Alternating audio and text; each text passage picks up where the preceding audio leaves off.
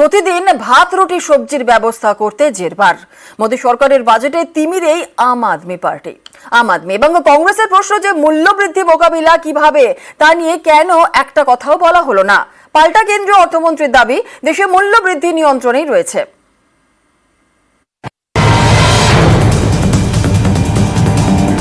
তৃতীয় মোদী সরকারের প্রথম বাজেট। সাধারণ বাজেটে সাধারণের নজরে থাকে জিনিসপত্রের দাম বাড়া কমায়। সবাই চান নিত্য প্রয়োজনীয় জিনিসের দাম কমুক, নাগালের মধ্যে থাকুক চাল ডাল সবজি। কিন্তু এবারের বাজেটে এ নিয়ে কোনো দিশাই মিলল না। The deflators assumed by the government have been severely criticized by several knowledgeable economists, and nothing in the budget speech gives us the confidence that the government will seriously tackle the issue of inflation.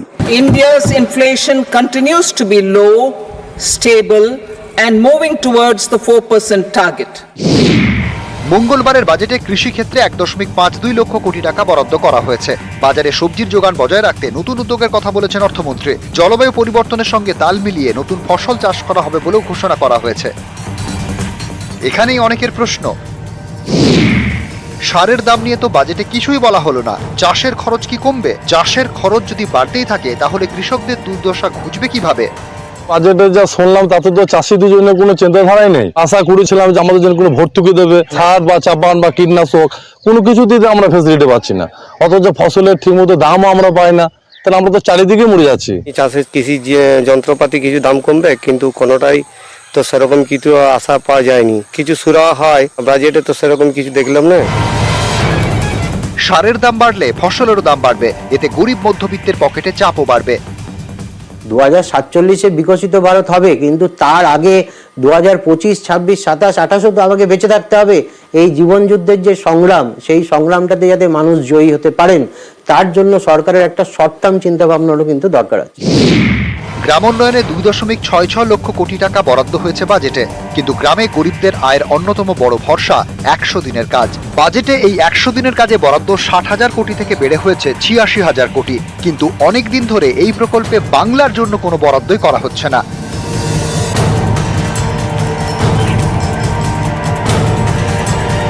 এই বাজেটটা এক কথায় এটা জনগণের budget না, কেন্দ্রীয় সরকারের একতরফা একটা আমাদের প্রতি বঞ্চনা। গ্রাম ছেড়ে আমাদের বাইরে যেতে হবে, তাই এই বাজেট আমাদের মনোপুত হয়নি। কাজ সম্বন্ধে কোনো যে কিছু 100 দিনের কাজ হবে কি না হবে, আর ওই সম্বন্ধে আমাদের সংসার চলে। আর চাষবাসের যা অবস্থা এখন, মাঠঘাটের কাজকর্ম নাই, রাজমিস্ত্রির কাজ তো এখানে সেরকমই নাই। কিন্তু 100 দিনের কাজ হলেও ভালো হতো। নিউজ 18 বাংলা। নমস্কার, সুপ্রভাত। খবর দিন ভর নিয়ে আপনাদের সঙ্গে রয়েছি আমি জুনেলা। সংঘাতের মাঝে শপথ। বিধানসভায় শপথের পরে সুর সপ্তমে। মুখ্যমন্ত্রীর নিশানায় রাজ্যপাল।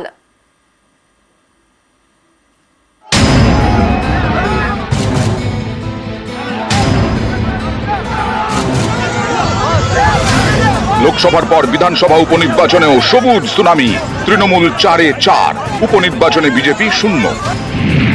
মানিকতলায় জয়ী শক্তি পাণ্ডে, বাগদায় মধুপর্ণা ঠাকুর, রানাঘাট দক্ষিণে মুকুটমণি অধিকারী, রায়গঞ্জে কৃষ্ণ কল্যাণী। তৃণমূলের এই 4 জয়ী প্রার্থী মঙ্গলবার বিধানসভায় শপথ নেন। তারপরেই মুখ্যমন্ত্রীর সুর সপ্তমে নিশানা করেন রাজ্যপালকে। বলেন, রাজ্যপাল যা বলছেন তা সংবাদ মাধ্যমে দেখেছি। সায়ন্তিকা ও রেয়াত 4 জুন জিতেছিল, তাদের শপথ চেয়ে চিঠি যায়, কিন্তু তার প্রেক্ষিতে রাজভবন যে চিঠি দিয়েছিল সেটা ঠিক নয়। সেটার কোনো সম্পর্ক নেই শপথের সঙ্গে। রাজভবনের যদি শপথের অধিকার থাকে, বিধানসভারও শপথের অধিকার আছে। ওদের বোঝা উচিত রাজ্যপাল নমিনেটেড, আর এখানে বিধানসভা ইলেক্টেড। বাংলায় হঠাৎ কি হলো? তিনি আইনের ব্যাখ্যা দিচ্ছেন। বেআইনি ব্যাখ্যা দিলে হবে? আমি বলবো, লাইনে চলুন, বেলাইন করলে চলবে না। আপনি একটা রাজনৈতিক দলের প্রতিনিধি নন। মনে রাখুন, আপনি মানুষের জন্য। সোমবার থেকে শুরু হয়েছে বিধানসভার বাজেট অধিবেশন। অধিবেশনের শুরুতেই বিএ কমিটির বৈঠকে ঠিক হয় মঙ্গলবার বিধানসভাতেই শপথ নেবেন তৃণমূলের 4 জয়ী প্রার্থী। এরই মধ্যে রাজভবন থেকে একটি চিঠি পান বরানগরের বিধায়ক সায়ন্তিকা বন্দ্যোপাধ্যায় এবং ভগবানগোলার তৃণমূল বিধায়ক রেয়াত হোসেন সরকার। সেই চিঠিতে বলা হয়, রাজ্যপাল ডেপুটি স্পিকারকে শপথ বাক্য পাঠ করানোর দায়িত্ব দিয়েছিলেন, কিন্তু সায়ন্তিকা বন্দ্যোপাধ্যায় ও রেয়াত হোসেনকে শপথ বাক্য পাঠ করান স্পিকার বিমান বন্দ্যোপাধ্যায়। এতে রাজ্যপালের নির্দেশ অমান্য করা হয়েছে। তাই 2 বিধায়কের শপথ গ্রহণ অসাংবিধানিক। ডেপুটি স্পিকার শপথ বাক্য পাঠ করানোয় শপথ অসাংবিধানিক। 2 বিধায়ক অধিবেশনে যোগ দিলে প্রতিদিন 500 টাকা করে জরিমানার মুখে পড়তে পারেন, ভোটাভুটিতে অংশ নিলে ব্যবস্থা নেওয়া হতে পারে। এ নিয়ে দিন মুখ্যমন্ত্রী সুর চড়ান, বলেন যারা আসল ক্রিমিনাল তাদের বিরুদ্ধে ব্যবস্থা হয় না, যারা নীতি চক্রান্ত করে তাদের বিরুদ্ধে ব্যবস্থা হয় না, আর এখানে বিধায়কদের বলছে ফাইন দিতে হবে, 500 টাকা করে দেবেন, আমি জলপানের ব্যবস্থা করে দিতে পারি, অথবা সন্তুষ্ট করার ব্যবস্থা। কেন টাকা দরকার, কাকে দেবেন? যিনি নির্বাচিত হয়ে এসেছেন তাকে সাধুবাদ না জানিয়ে তার থেকে পেনাল্টি চাইছেন। বিধায়কদের এভাবে শাস্তি দেওয়া গণতন্ত্রে হতে পারে না। বিধানসভায় অধ্যক্ষের সিদ্ধান্ত চূড়ান্ত। বিধানসভায় এসে আপনি শপথ করাননি কেন? দিল্লিতে বসে না থেকে আপনি এলেন না কেন? এখানে হাঁটি হাঁটি পা পা করে আসতে পারতেন, উনি নড়েন না চড়েন না। আপনার যেমন সংবিধানের ভাষা আছে, আমাদেরও আছে। নির্বাচিত হওয়ার 1 মাস 1 দিন পরে শপথ হলো কেন? সময়ের তো দাম আছে। 1 মিনিট 1 সেকেন্ডে কত কিছু হয়ে যায়। অধ্যক্ষ হাজির যখন আছেন অধিবেশনে, তখন উপাধ্যক্ষ ঠিক সিদ্ধান্ত নিয়েছেন। অধিবেশন কক্ষে অধ্যক্ষের সিদ্ধান্ত চূড়ান্ত, তিনিই সুপ্রিমো। লোকসভা ভোটের সঙ্গেই হয়েছিল উপনির্বাচন। সেই উপনির্বাচনে জয়ী হন তৃণমূলের রেয়াত হোসেন সরকার এবং সায়ন্তিকা বন্দ্যোপাধ্যায়। এই দুজনের শপথ নিয়ে টানা রাজ্যপাল সংঘাত চলে, তৈরি হয় নানা জটিলতা। রাজ্যপাল চেয়েছিলেন শপথ হবে রাজভবনে, কিন্তু রেয়াত ও সায়ন্তিকা তাতে রাজি হননি। শেষমেশ বিধানসভাতেই তারা শপথ নেন, কিন্তু তারপরেও সংঘাত। সায়ন্তিকা ও রেয়াতের শপথ অসাংবিধানিক বলে চিঠি রাজভবনের। পাল্টা এবার চড়া সুর মুখ্যমন্ত্রীর। আবির ঘোষাল, নিউজ 18 বাংলা। নিত্য প্রয়োজনীয় জিনিসপত্রের দাম কি এবার কমবে? ওষুধের দাম কি কমবে? ইনকাম ট্যাক্সে কি বাড়তি ছাড় মিলবে? কি বলা হলো মোদী সরকারের বাজেটে? এবারের বাজেটে কি পেল মাস মাইনের মধ্যবিত্ত? দেখুন। I propose to fully exempt 3 more medicines from customs duties. আমরা মিডল ক্লাস মানুষদের তো বেশি প্রবলেম হয়ে যায়। এই হারে দাম বাড়ছে, আমাদের পক্ষে মধ্যবিত্তদের পক্ষে খুবই চালানো অসুবিধা হয়ে যাচ্ছে। বড় বড় এদের ভাষণ আছে, বুলি আছে, কাজের কাজ কিছুই নেই। মাস মাইনের মধ্যবিত্ত, কাঁধে একের পর এক বোঝা। মূল্যবৃদ্ধিতে হাঁসফাঁস, ওষুধেরও চড়া দাম, এর ওপরে ইনকাম ট্যাক্স। অনেকে আশা করেছিলেন এবার শরিক নির্ভর মোদী সরকারের বাজেটে হয়তো কিছু সুরাহা মিলবে, কিন্তু তা আর কোথায় হলো? মূল্যবৃদ্ধি মোকাবিলায় বাজেটে কিছুই বলা হলো না। নির্মলা সীতারামনের দাবি দেশে মূল্যবৃদ্ধি নিয়ন্ত্রণেই রয়েছে। পাবলিকও তাই মনে করেন? মূল্যবৃদ্ধি কি নিয়ন্ত্রণে? আজকের ডেটে যেভাবে জিনিসের দাম ক্রমশ বেড়ে যাচ্ছে, সেইভাবে তো কারো আর্নিং অপরচুনিটি নেই। ক্রমাগতই কঠিন হয়ে যাচ্ছে, কারণ দ্রব্যমূল্য জিনিস বেড়ে এমন একটা জায়গায় চলে গেছে সাধারণ মানুষের পক্ষে সেটা কেনা বা দৈনন্দিন যে প্রয়োজনের জিনিসপত্র সেগুলো কেনাটা খুব কঠিন কাজ হয়ে যাচ্ছে। সেই অর্থে মার্কেটে দারুণ কিছু কমার কোনো চান্স নেই। মধ্যবিত্ত কিছুটা আশাহতই বলা যেতে পারে। এবারের বাজেটে ক্যান্সারের 3টি ওষুধের ওপর থেকে আমদানি শুল্ক তুলে দিয়েছে মোদী সরকার। অনেকেই বলছেন এটা অত্যন্ত ভালো সিদ্ধান্ত, কিন্তু সুগার, প্রেসারের ওষুধ সহ যেসব মেডিসিন প্রতিদিন ঘরে ঘরে লাগে, সেসবের দাম তো দিন দিন বাড়ছে। যাদের বাজেট বাড়ার তাদের বেড়ে যাচ্ছে, আমাদের সাধারণ মানুষের কিছু হবে না। মেডিসিনের মূল্য বৃদ্ধিটা অনেক বেশি হওয়ার কারণে আমাদের পারচেজ করতে অনেকটাই অসুবিধা। অনেক সময় হচ্ছে আমাদেরকে মাসের পর মাস ওয়েট করতে হচ্ছে, যেহেতু মানি প্রবলেম, আমরা পারচেজ করতে পারছি না, কিনতে পারছি না। মেডিসিনের দাম যদি না কমে তাহলে আর এই বাজেট দেখায় কি হবে? মেডিসিন কম লাগে, বিশেষ করে যারা সিনিয়র আছে তাদের তো আরো মেডিসিনের দরকার। 50% খাওয়া খরচ আর 50% মেডিসিন খরচ।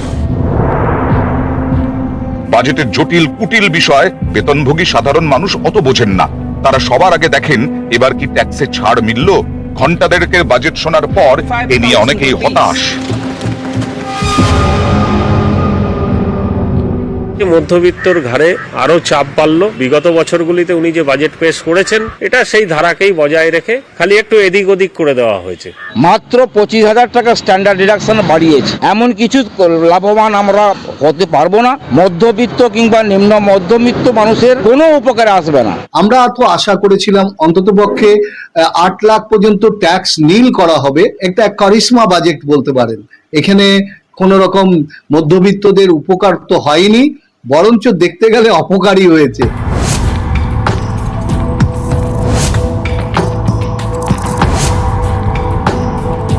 নরেন্দ্র মোদীর অবশ্য দাবি এবারের বাজেট সমাজের সমস্ত শ্রেণীর কথা মাথায় রেখে করা হয়েছে। ये बजट समाज के हर वर्ग को शक्ति देने वाला बजट है। ये देश के गांव, गरीब किसान को समृद्धि की राह पर ले जाने वाला बजट है। নিউজ 18 বাংলা। সেনায় অগ্নিবীর চাকরিতে ইন্টার্ন বেকারদের ইন্টার্নশিপে উৎসাহ দিচ্ছে মোদী সরকার। বাজেটে ঘোষণা কেন্দ্রীয় অর্থমন্ত্রীর, আর এই নিয়ে অনেকের প্রশ্ন, স্থায়ী চাকরি আর ইন্টার্নশিপ কি এক হলো?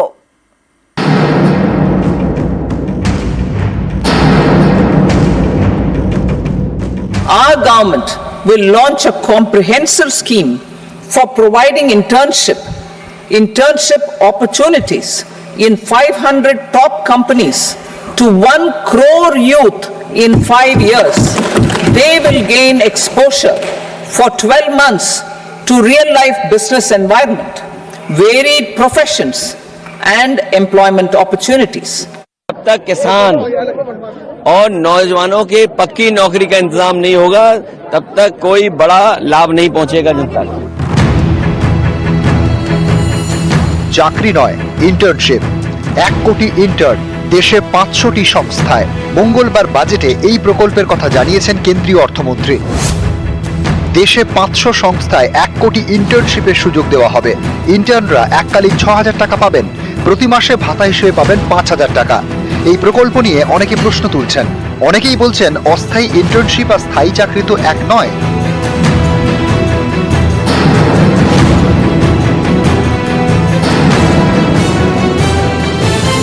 যেটা হচ্ছে সেটা একটা একদমই কম টাইম পিরিয়ডের জন্য, যেটার জন্য কোনো ফিউচার সিকিউর না। এবার একটা স্টুডেন্ট এত বছর ধরে পড়াশোনা করছে, খাটাখাটনি করছে, সেখানে যখন একটা ইনসিকিউর ফিউচার পাবে তো অটোমেটিক্যালি ওর একটা মানে ডিপ্রেশন বলো বা একটা কিছুক্ষণ সময়ের জন্য কাজ করলো, তারপর সে কাজটা চলে গেল, তো তখন তো নিজেও একটা মানে খারাপ ফেস দিয়ে যাবে না। এখানে ইন্টার্নশিপের কথা বলা হলেও আজকের স্থায়ী কর্মসংস্থান কোনো নেই। অতএব এই বাজেট যুবকদের কাছে একটা হতাশাজনক বাজেট। অতএব এই বাজেটের উপর দাঁড়িয়ে আমাদের যুবকরা একটা বেকার জায়গা থেকে হতাশ হয়ে যাচ্ছে।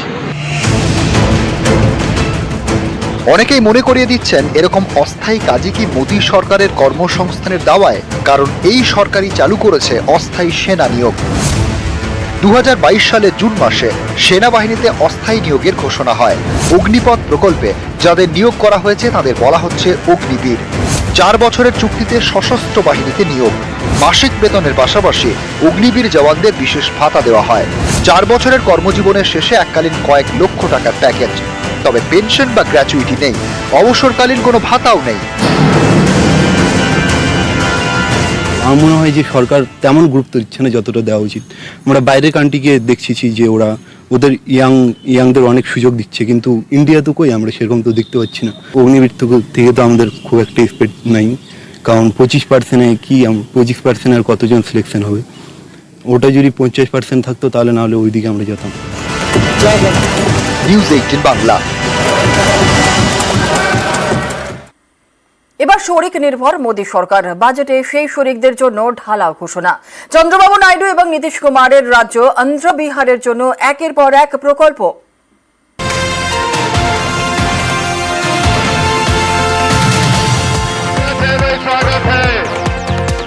চন্দ্রবাবু নাইডু, টিডিপি এবং নীতিশ কুমারের জেডিইউ এর নিঃশর্ত সমর্থন। কেন্দ্রে মোদী সরকারের বড় ভরসা। এবার বাজেটে সেই চন্দ্রবাবু এবং নীতিশের রাজ্যকে ভরিয়ে দিল মোদী সরকার। অন্ধ্র এবং বিহারের জন্য প্রকল্পের পর প্রকল্প।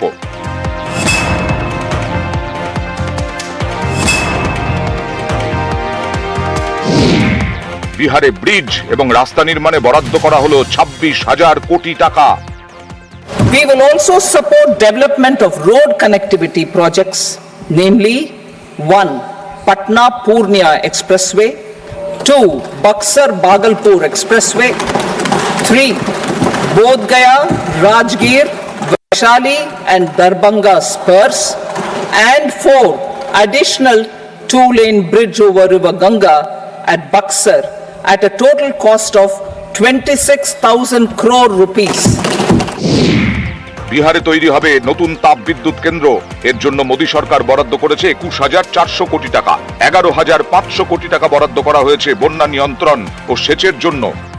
Will provide financial support for projects with estimated cost of 11,500 crore rupees, such as the Kosi-Michi intra-state link, survey and investigation of Kosi-related flood mitigation and irrigation projects will be undertaken. हम लोग विशेष राज्य का दर्जा कह रहे थे, और अगर विशेष राज्य का दर्जा बहुत उनका था कि पहले से बंद कर दिया गया है इसलिए, तो उसके चलते एक सहायता के लिए बिहार के विकास के लिए मदद होना चाहिए बिहार को। तो वो तो करना शुरू कर दिया। आप खुश हैं? अरे हाँ भाई, हम तो ये दोनों चीज कही दिए थे, तो एक चीज का तो शुरू हो गया। এছাড়া বিহারের নালন্দাকে পর্যটন কেন্দ্র হিসেবে গড়ে তুলতে বিশেষ সাহায্য করবে মোদী সরকার। নতুন করে সাজানো হবে রাজগীর, গয়া এবং বুদ্ধগয়াকে। এছাড়াও বিহারে তৈরি হবে বিমানবন্দর, মেডিকেল কলেজ এবং ক্রীড়া পরিকাঠামো।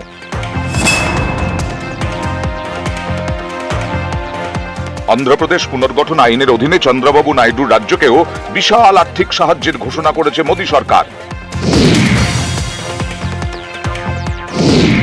চলতি অর্থবর্ষে অন্ধ্রকে 15,000 কোটি টাকা দেবে মোদী সরকার।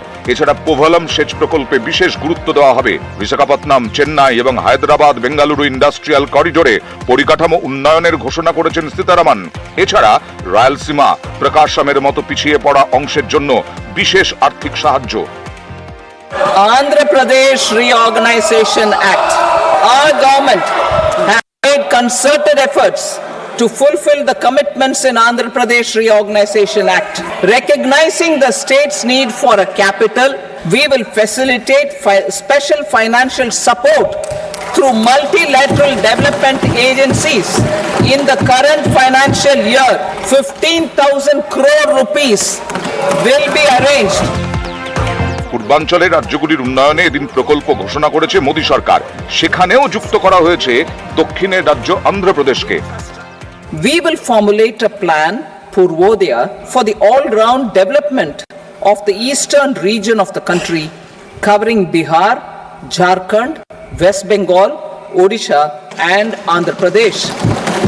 This will cover human resource development, infrastructure, and generation of economic opportunities to make the region an engine to attain Vikasit Bharat. News 18 Bangla. এবার মোদী সরকারের বড় ভরসা বিহারের জেডিইউ এবং অন্ধ্রের টিডিপি। তৃতীয় মোদী সরকারের প্রথম বাজেটে সেই বিহার এবং অন্ধ্রপ্রদেশের জন্য ঢালাও বরাদ্দ ঘোষণা করা হলো। একের পর এক প্রকল্প। বিরোধীরা কটাক্ষ করে বলছে এই বাজেট দুই শরিকের মন জয়ের জন্য, যাতে কেন্দ্রে মোদী সরকারকে টিকিয়ে রাখা যায়। বিজেপি অবশ্য এই তত্ত্ব উড়িয়ে দিয়েছে। একটা পার্টি নিজেকে খুশি করার জন্য শুধু তাদের স্বার্থে বাজেট করেছে। দেশের জনগণের স্বার্থে বাজেট নাকি শরিক রাজ্যে ঢালাও প্রকল্প দিয়ে কেন্দ্রের সরকার বাঁচানোর বাজেট? নির্মলা সীতারামনের সপ্তম বাজেট পেশের পর থেকে এ নিয়ে জোর তরজা। सुरेंद्र अधिकारी 4 दिन आगे কথাটা বলেছিল, जो हमारे साथ हम उनके साथ, তো প্রমাণ করে দিই যে নিজের সরকারকে বাঁচিয়ে রাখার জন্য বিহারকে আর অন্ধ্রপ্রদেশকে, অন্য রাজ্যকে দিক, আমাদের কোনো আপত্তি নেই, কিন্তু বাংলাকে বঞ্চিত করে রেখে নয়। বাংলার মানুষ আবার জবাব প্রদেশ নতুন রাজ্য তৈরি হয়েছে, ডিভিশনের পর বিহার। এটা তো স্বাভাবিকভাবে এই রাজ্যগুলোর অনেকদিন ধরে ডিমান্ড ছিল, সেই ডিমান্ডগুলোকে দেওয়া হয়েছে। আর পূর্বক্ষেত্রে যখন উন্নতি হবে তো স্বাভাবিকভাবে তার আশেপাশের রাজ্যেও তার প্রভাব পড়তে বাধ্য। আমাদের যে করিডোরটা অমৃতসর থেকে যে কলকাতার করিডোর, সেই করিডোরে যদি গয়ার উন্নতি হয় তো তার লাভ তো কলকাতা পাবে। তো স্বাভাবিকভাবে সেই ইন্ডাস্ট্রিয়াল জোনে নতুন ইন্ডাস্ট্রি আসবে, বাংলার যুব সমাজের হাতে ইন্ডাস্ট্রি আসবে। এবার কেন্দ্রের বিজেপি সরকার শরিক নির্ভর। মোদির ভরসা 2 N, N for Naidu, N for Nitish. তাই কি চন্দ্রবাবু নীতিশের রাজ্যের জন্য এত প্রকল্প ঘোষণা? I think this budget should be called Pradhan Mantri Sarkar Bachao Yojana, because they have realized that this government, if it has to be saved for the next 5 years, they would need their alliance partners, and these alliance partners need to be kept happy. এনডিএর সরকারের কাছে এবার অতি গুরুত্বপূর্ণ JDU এবং টিডিপির সমর্থন, কারণ এই দুই দলের হাতে আছে সংখ্যা। নীতিশ কুমারের জেডিইউ এর আসন সংখ্যা 12 আর চন্দ্রবাবু নাইডুর দল টিডিপির ঝুলিতে 16। সব মিলিয়ে এনডিএর এবার আসন সংখ্যা 292। অর্থাৎ নীতিশ ও নাইডুর দুদল সরে গেলে সেটা কমে হবে 264, যা ম্যাজিক ফিগার 272-এর কম। বিরোধীদের দাবি, এই কারণেই চন্দ্রবাবুর রাজ্য আন্ধ্র এবং নীতিশের রাজ্য বিহারের জন্য ঢালাও ঘোষণা করল মোদী সরকার। অনেক অবিজেপি রাজ্যেরই বক্তব্য, বিহার অন্ধ্রপ্রদেশ প্রকল্প পাচ্ছে ভালো কথা, কিন্তু বাকিরা কি দোষ করলো?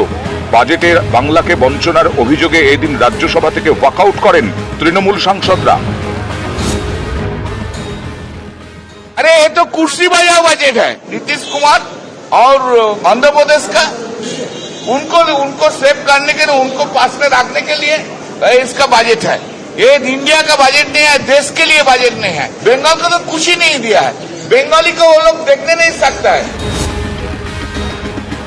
अब मान लीजिए सरकार बचानी है तो अच्छी बात है कि बिहार को, आंध्र प्रदेश को कुछ विशेष पैकेज या विशेष योजनाओं से जोड़ा गया है, लेकिन उत्तर प्रदेश जैसा प्रदेश जो प्रधानमंत्री देता है, क्या वहाँ के किसान के लिए कुछ बड़े फैसले हैं?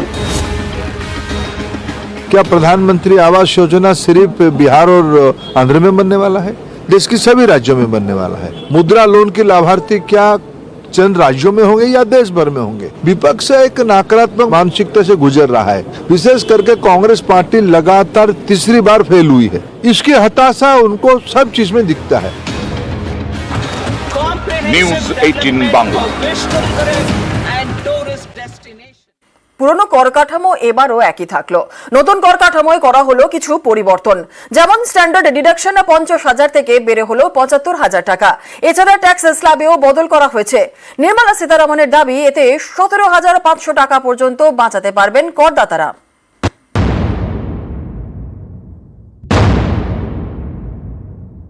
The standard deduction for salaried employees is proposed to be increased from 50,000 to 75,000 rupees. নতুন কর কাঠামোয় বছরে করযোগ্য আয় 7 লক্ষ হলে কোনো ট্যাক্স দিতে হয় না, কিন্তু 7 লক্ষের বেশি হলে কর দিতে হয়। কিভাবে সেই কর দিতে হবে? নতুন স্ল্যাবের ঘোষণা করেছেন Nirmala Sitharaman. I have two announcements to make for those opting for the new tax regime. বার্ষিক করযোগ্য আয় 3 লক্ষ টাকা পর্যন্ত কোনো কর দিতে হবে না। 3 থেকে 7 লক্ষ টাকা হলে 5% কর, 7 থেকে 10 লক্ষ টাকায় 10% কর, 10 থেকে 12 লক্ষ টাকায় 15% কর, 12 থেকে 15 লক্ষে 20% কর, বার্ষিক আয় 15 লক্ষের বেশি হলে 30% ট্যাক্স। এতে সুবিধা হলো নাকি চাপ বাড়লো? দেখুন অঙ্ক কি বলছে। ধরুন কারো বছরে করযোগ্য আয় 15,75,000 টাকা, তাহলে প্রথমে তিনি ছাড় পাবেন স্ট্যান্ডার্ড ডিডাকশনে। 15,75,000 থেকে 75,000 টাকা স্ট্যান্ডার্ড ডিডাকশন হিসেবে বাদ, বাকি 15 লক্ষ টাকার উপরে তাকে আয়কর দিতে হবে। প্রথম 3 লক্ষ টাকা পর্যন্ত কোনো কর দিতে হবে না, বাকি 12 লক্ষ টাকার জন্য স্ল্যাব অনুযায়ী কর দিতে হবে। এর মধ্যে 3 থেকে 7 লক্ষ 5% হারে অর্থাৎ 20,000 টাকা, 7 থেকে 10 লক্ষ 10% হারে অর্থাৎ 30,000 টাকা, 10 থেকে 12 লক্ষ 15% হারে যার পরিমাণ 30,000 টাকা, 12 থেকে 15 লক্ষ 20% হারে অর্থাৎ 60,000 টাকা। তার মানে বছরে 15,75,000 টাকা করযোগ্য আয় হলে এবার থেকে আয়কর দিতে হবে 1,40,000 টাকা। আগে দিতে হতো 1,57,500 টাকা, ফলে এবার সাশ্রয় হবে বছরে 17,500 টাকা। A salaried employee in the new tax regime stands to save up to 17,500 rupees in income tax. সরকার বরাবরই চাইছে যে সাধারণ মানুষ যাতে নতুন কর কাঠামোতে অভ্যস্ত হয়ে ওঠে, তাদের জন্যই কিন্তু এই স্ট্যান্ডার্ড ডিডাকশন সেটা 50,000 টাকা থেকে বাড়িয়ে 75,000 টাকা করা হয়েছে, এবং ট্যাক্স স্ল্যাব সেই স্ল্যাবটারও একটুখানি মার্জিনাল চেঞ্জেস করা হয়েছে। পুরনো কর কাঠামোতে যারা ছিলেন তাদের ক্ষেত্রে ট্যাক্স স্ল্যাব একদম অপরিবর্তিত, তাদের ক্ষেত্রে স্ট্যান্ডার্ড ডিডাকশন 50,000 টাকাই থাকবে। পুরনো কর কাঠামোতে যারা আছেন তাদের জন্য কোনো রকম সরকার চিন্তা করেননি, তাদের জন্য কোনো রকম উৎসাহ দেননি। নয়া কর কাঠামোয় নানা বদল, কিন্তু পুরনো কর কাঠামো একই রইল। जरूर हमारी इरादा ये है कि सिंपलर टैक्सेशन रजीम होना चाहिए ओल्ड टैक्स रेजिम को सिंपल करने के रास्ते पर ही ये नया टैक्स रेजिम आया है। सनसेट होगा कि नहीं होगा वो अभी मैं बोल नहीं सकती हूँ, वो रिव्यू करने के बाद ही हम एक डिसीजन लेंगे। নিউজ 18 বাংলা